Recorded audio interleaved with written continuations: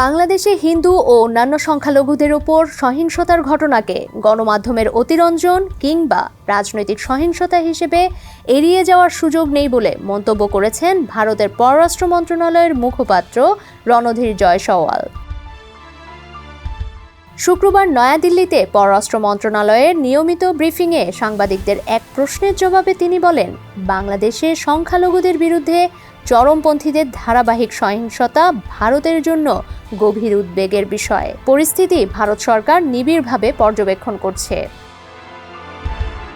রাজবাড়ীতে অমৃত মণ্ডল নামে এক ব্যক্তির মৃত্যুর প্রসঙ্গ টেনে জয়সওয়াল বলেন, বাংলাদেশের সাম্প্রতিক ঘটনাবলী সম্পর্কে পররাষ্ট্র মন্ত্রণালয় অবগত রয়েছে। গত কয়েকদিনে এই বিষয়ে একাধিক বিবৃতি দিয়ে প্রচারিত বয়ান প্রত্যাখ্যান করা হয়েছে। এর আগে বৃহস্পতিবার প্রধান উপদেষ্টার প্রেস উইং থেকে দেওয়া এক বিবৃতিতে বলা হয়, অমৃত মণ্ডলের মৃত্যু সাম্প্রদায়িক সহিংসতার সঙ্গে সংশ্লিষ্ট নয়। তিনি একাধিক মামলার আসামি ছিলেন এবং চাঁদা দাবির ঘটনায় স্থানীয়দের সঙ্গে সংঘর্ষের এক পর্যায়ে প্রাণ হারান তিনি। সামাজিক যোগাযোগ মাধ্যমে এই বিষয়ে বিভ্রান্তিকর তথ্য ছড়ানো হচ্ছে বলেও দাবি করা হয়।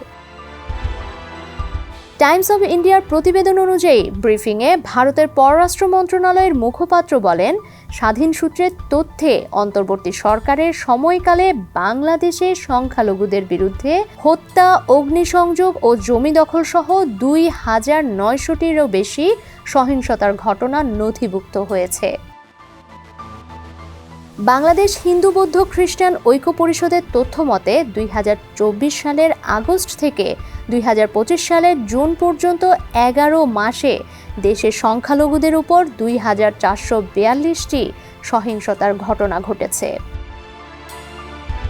এদিকে ১৭ বছর পর বিএনপির ভারপ্রাপ্ত চেয়ারম্যান তারেক রহমানের দেশে ফেরার প্রসঙ্গে জয়সওয়াল বলেন, বাংলাদেশে অবাধ ও সুষ্ঠু নির্বাচনকে ভারত সমর্থন করে এবং বিষয়টি সেই প্রেক্ষাপটেই দেখা উচিত।